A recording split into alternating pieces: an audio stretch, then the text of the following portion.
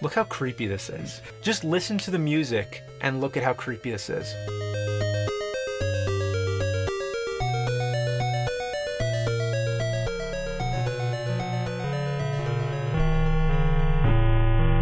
Why?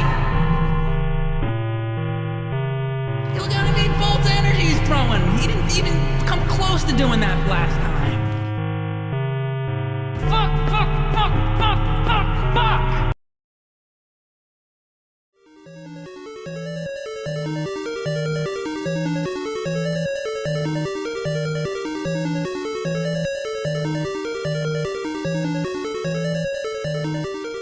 Time to go a little further back to dissect a game that people either regard as being just good enough for what it set out to do at the time despite its hardships and reputation, or quite possibly a game that people just tear to shreds because the angry video game nerd told them that it was a pile of donkey shit.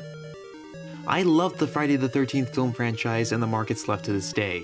Jason Voorhees continues to be a badass of sorts even when he's in shit, and it only makes sense he gets the best gaming treatment he deserves. And believe it or not, I still haven't played the new game, even though countless reviews and video coverage tell me it's worth it as a fan, even among its glitches and its somewhat lack of exclusive content still on the way. Yes, I'll probably pick it up someday when I can, but the cynical side of me can't help but feel that playing every new game that comes out as soon as possible is more of a chore and waste of money. So of course, I'm going to defend one of the most unfair games of the time, and I'm not going to apologize to the mob. Considered one of the first survival horror games in the Nintendo era, you are put right into the middle of Camp Crystal Lake hysteria without any introduction or background info. Have fun! For any first-timer, it becomes evident with enough gameplay that you are playing one of 6 counselors entrusted to visit the many cabins located on the camp's map, digging for clues and weapons, and avoiding Jason long enough before facing him in either a cabin close by or on the trail surrounding the lake.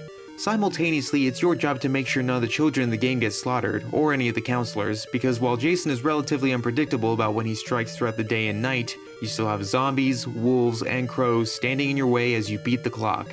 I may look like I'm 45, but I was not a kid in the 80s or 90s, and so seeing a game over screen like this is probably the most defeatist and traumatizing thing on an NES console. Nothing about the game is forgiving, right down to shoehorning enemies that aren't even from the films and a map that isn't easy to navigate. But as far as adaptations go, this one is pretty close to its source material. I mean, I don't remember Jason Voorhees looking like a green alien with purple pajamas, but I understand from a coloring perspective you have to make your 8-bit head honcho stick out from the scenery. The developers even went out of their way to include the severed head of Pamela Voorhees as an optional boss to fight. And the music, the main theme, just unforgettably superb, haunting and gothic. Perfectly alludes to a killer stalking you right from the get-go.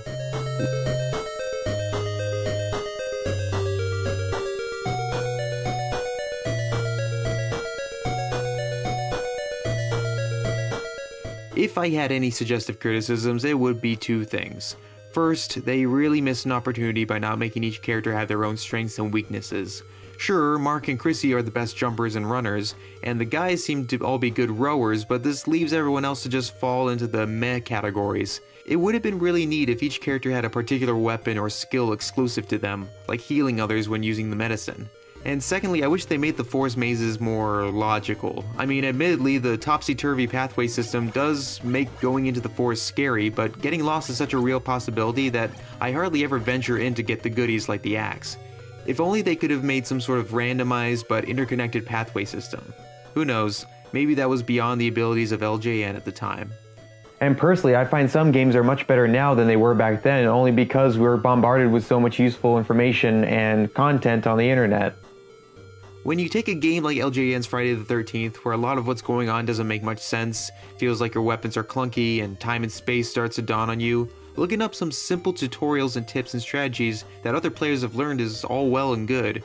I don't feel bad if I need a little help with a game that may not have been fully finished for consumers. I guess what I'm saying is to really explore what's difficult about some of these games that get pissed on and see if there's a trick you can pull to succeed. A lot of great games are a learned experience and take a lot of trial and error. Just don't cheat if you like a good challenge.